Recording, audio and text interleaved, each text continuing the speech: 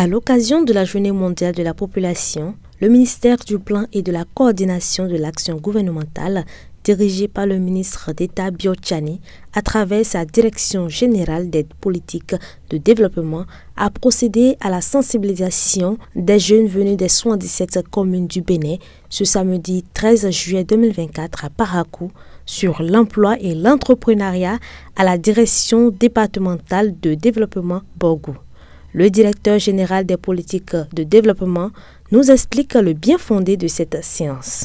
Il a été décidé de faire une séance de sensibilisation et d'information des jeunes sur les questions de l'emploi et les opportunités qu'offre le gouvernement actuellement et les opportunités futures. Et le ministre d'État a décidé en marge des Journées mondiales de la population qui est célébrée aujourd'hui à Parakou de rencontrer des jeunes venant des 77 communes du Bénin pour les informer d'abord sur les initiatives du gouvernement, les opportunités, les process pour avoir accès aux différents programmes à l'endroit des jeunes et aussi les réformes pour faciliter l'entrepreneuriat et les conseiller aussi sur les démarches à avoir lorsqu'ils veulent se lancer dans de l'auto-emploi. Le ministre d'État, Abdoulaye Bio Tchani, présent à cette séance de sensibilisation, a prodigué des conseils aux jeunes pour mieux réussir dans l'entrepreneuriat. Le premier principe, c'est avoir une vision clairvoyante de ce que vous voulez faire. Chaque grand projet commence par cela. Il ne faut pas improviser et dire « je veux aller faire du soja ». Pourquoi c'est le soja que vous voulez? Si vous êtes à Porte-Nouveau ou à Alada et que vous voulez faire du soja, vous n'avez pas fait un bon calcul. Mais si vous êtes à Djidja ou à Djougou, vous pouvez faire du soja. Donc, votre idée de projet doit être basée sur une vision clairvoyante de ce que vous voulez faire. Il faut que la matière première reste dans votre pays. Il faut que le soja, il faut que le cajou, il faut que le coton, il faut que les autres matières premières de qualité et autres qui vont être transformées ici, il faut que ça reste dans notre pays.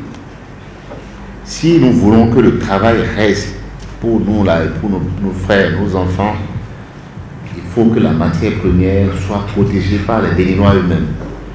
La jeunesse, première cible de cette sensibilisation, apprécie l'initiative du gouvernement. Positivement, c'est que je suis satisfaite d'apprendre aujourd'hui que le gouvernement n'est pas resté bras croisés face au sous-emploi qu'il y a au Bénin. Et je me réjouis vraiment pour cela parce que je sais que et moi et mes frères qui viennent derrière, nous aurons une forte chance de trouver de l'emploi au Bénin. Mes impressions sont bonnes parce que c'est rare de rencontrer, de voir des initiatives pareilles. Les gouvernants venir vers les plus jeunes et les expliquer les processus et leur donner beaucoup plus d'informations sur comment est-ce qu'il faut s'insérer professionnellement, comment est-ce qu'il faut s'auto-employer et donner des informations fiables aux jeunes.